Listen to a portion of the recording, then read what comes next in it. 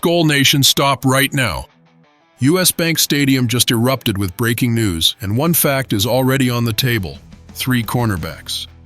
A roster decision just shocked the Vikings fan base. A centerpiece offensive lineman is returning, and a contract dilemma could rip apart the best receiving corps in the NFC.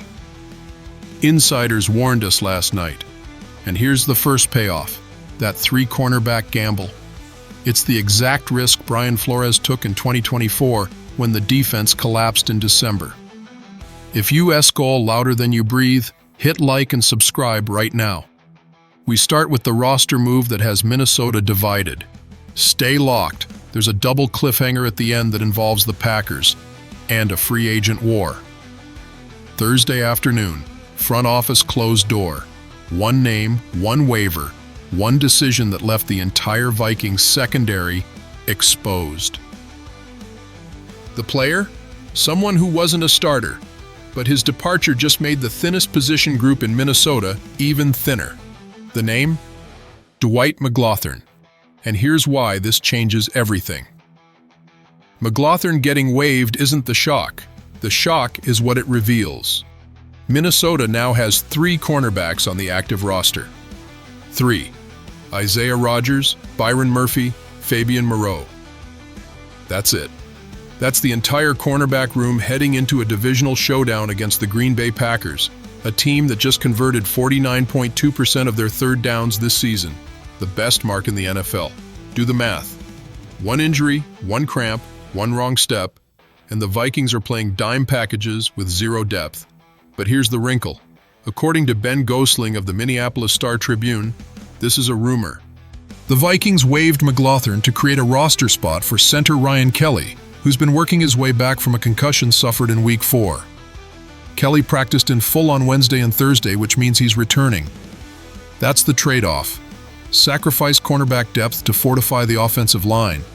But is it worth it? The Vikings defense ranks 10th in total yards allowed, but they're inconsistent. They're 7th in EPA per pass allowed, but 20th in EPA per run allowed. They've forced only 2 turnovers since Week 4. They went 2 straight games without a takeaway.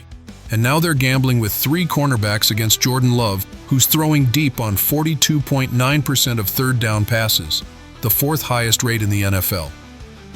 Love has completed 9 of 17 deep passes on third down for 317 yards. No other quarterback has more than 6 such completions. Do you trust this secondary to stop that?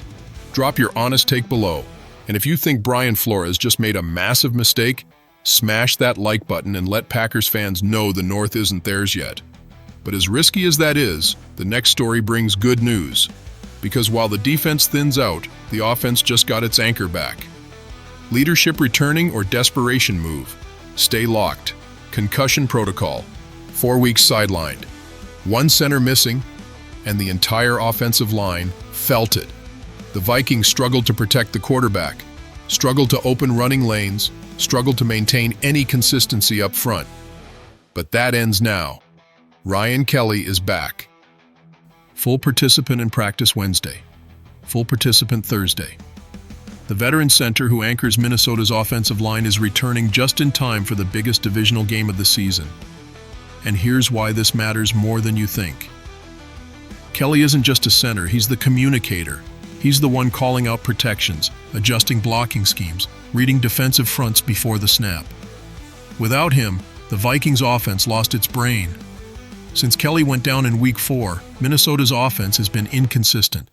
They've struggled all season, and the defense has had to carry the load just to keep them in games. But with Kelly back, the offensive line gets its identity restored. This is the move that could unlock everything. Sam Darnold gets better protection. Aaron Jones gets cleaner running lanes. The play-action game opens up. The entire offense breathes again. But here's the cost. To activate Kelly, the Vikings had to waive Dwight McGlothern, which dropped their cornerback room to just 3 active players. That's the gamble. Strengthen the offense, weaken the defense. And against the Packers, a team that ranks 12th in total yards and 9th in yards per play at 5.7, Minnesota needs both sides of the ball firing. The question is, does Ryan Kelly's return outweigh the risk of having 0 cornerback depth? According to sources close to the situation, this is a rumor. The Vikings believe Kelly's presence will allow the offense to control the clock, keep the defense off the field, and limit Jordan Love's opportunities. That's the strategy. Offense controls tempo, defense gets rest, and the thin secondary doesn't get exposed. It's a calculated risk, and if it works, Minnesota controls the NFC North. If it fails, the Packers exploit the secondary and the Vikings fall to 5-6. Do you think Ryan Kelly's return makes the Vikings better or just hides a deeper problem? Comment your boldest take. And if you believe this offensive line is about to dominate, hit that like button and let the league know Minnesota isn't backing down. But listen, the next story cuts even deeper. Because while the Vikings fix the offensive line and gamble with the secondary, a contract crisis is brewing in the receiver room. A fan-favorite wideout might be gone after this season, and the reason has nothing to do with performance. Money, contracts, and tough decisions. Stay locked. Championship window. 3 elite receivers. One contract problem that could RIP the best receiving core in the NFC apart. The player? Someone who's been open all season, someone coaches and teammates rave about, someone who's on pace for a career year. The name? Jaylen Naylor. And here's the brutal reality. Minnesota might not be able to keep him. Naylor is set to hit free agency after this season, and according to ESPN's Kevin Seifert, the Vikings are unlikely to commit much money to re-signing him. Why? Because they're already paying Justin Jefferson $35 million per year, and Jordan Addison could be extended this offseason. Unless Minnesota parts ways with Addison, who was suspended for the first 3 games of the season, there's no room for Naylor in the budget. And that's the dilemma. Naylor has only 20 catches for 318 yards and 2 touchdowns this season, but that's not his fault. Coaches and players have pointed out how frequently he's open. The problem is the offense. The Vikings' passing game has struggled all year, and it's not because of the receivers. It's because of inconsistent quarterback play, poor offensive line protection before Kelly's return, and a run-first mentality that limits passing opportunities. But talent-wise, Naylor is a weapon. He's the 2022 6th-round pick who's quietly become one of the most reliable slot receivers in the league, and now he's about to walk because the Vikings can't afford him. Here's the twist. A few years ago, Minnesota could have kept Naylor for cheap. Slot receivers rarely got big paydays. But last offseason, Khalil Shakir signed a 4-year, $53 million deal with the Buffalo Bills, and that set a new market for slot guys. Naylor won't command Shakir money, but he's looking at a solid raise, and the Vikings may not be able to match it. And it's not just Naylor. Adam Thielen is also set to hit free agency, which means Minnesota could lose both slot receivers in one offseason. That's double the depth gone. So what happens? Do the Vikings let Naylor walk and roll with Jefferson and Addison as their top 2? Do they extend Addison and hope they can find a cheaper slot option in the draft? Or do they make the bold move and let Addison go to keep Naylor, the more consistent and reliable piece? According to sources close to the situation, this is a rumor. The front office is split on the decision. And some believe Naylor's chemistry with Sam Darnold makes him more valuable than Addison's upside.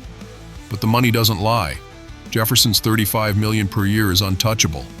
Addison's extension is expected, and Naylor is the odd man out. Do you think the Vikings should pay Jaylen Naylor or let him walk? Drop your take below. And if you think losing Naylor would be a massive mistake, smash that like button and let the front office know who the real fans want back. But here's the edge. One decision is coming soon, and it could change the entire receiver room. Plus, the Packers just cleared cap space and are targeting slot receivers in free agency. What if Naylor ends up in green and gold?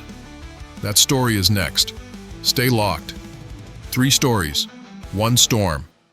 The cornerback gamble exposes the defense. Ryan Kelly's return stabilizes the offense, and the Jaylen Naylor contract dilemma reveals the cost of building a championship roster. Minnesota doesn't just need to win games, they need to win the math. And right now, the numbers are tight. Let's break down what this means. If the Vikings execute on Sunday, Ryan Kelly anchors the offensive line, the offense controls the clock, and the thin secondary doesn't get exposed by Jordan Love. Minnesota wins, improves to 6-5, and stays alive in the NFC North race. But if the Packers exploit the 3 cornerback depth and force turnovers, Minnesota falls to 5-6, and the playoff hopes take a massive hit. The margin for error is gone. And the Jaylen Naylor situation? That's the long-term problem. If the Vikings let him walk, they lose one of the most reliable receivers on the roster. And they're betting everything on Jordan Addison staying healthy and consistent. That's a gamble. But if they pay Naylor, they might have to sacrifice depth elsewhere, and this roster is already stretched thin. Here's what I need from Skol Nation. 1. Smash that like if you believe Ryan Kelly's return makes the Vikings dangerous in the NFC North. 2. Drop a comment with your boldest prediction. Do the Vikings beat the Packers on Sunday? Do they make the playoffs? Or does this season end in disappointment? 3. Subscribe, because every single subscriber makes Packers fans furious, and we're about to take over the entire division. But listen closely. Here's the edge of the cliff. Ryan Kelly hasn't been officially activated yet, and if he suffers a setback, the Vikings go into Sunday without their starting center and with 0 cornerback depth. That decision comes in the next 48 hours, and the Packers just cleared cap space and are targeting slot receivers in free agency. If Green Bay signs Jaylen Naylor next offseason, the North is theirs. Which domino falls first? Plus, whispers say a Vikings defensive leader called a players-only meeting last night, and what was said could either unite the secondary or fracture it. That story drops next. Skol Nation, the battle is here. Hit subscribe, stay locked, and let's make the NFC North bleed purple. We ride together. See you in the next war.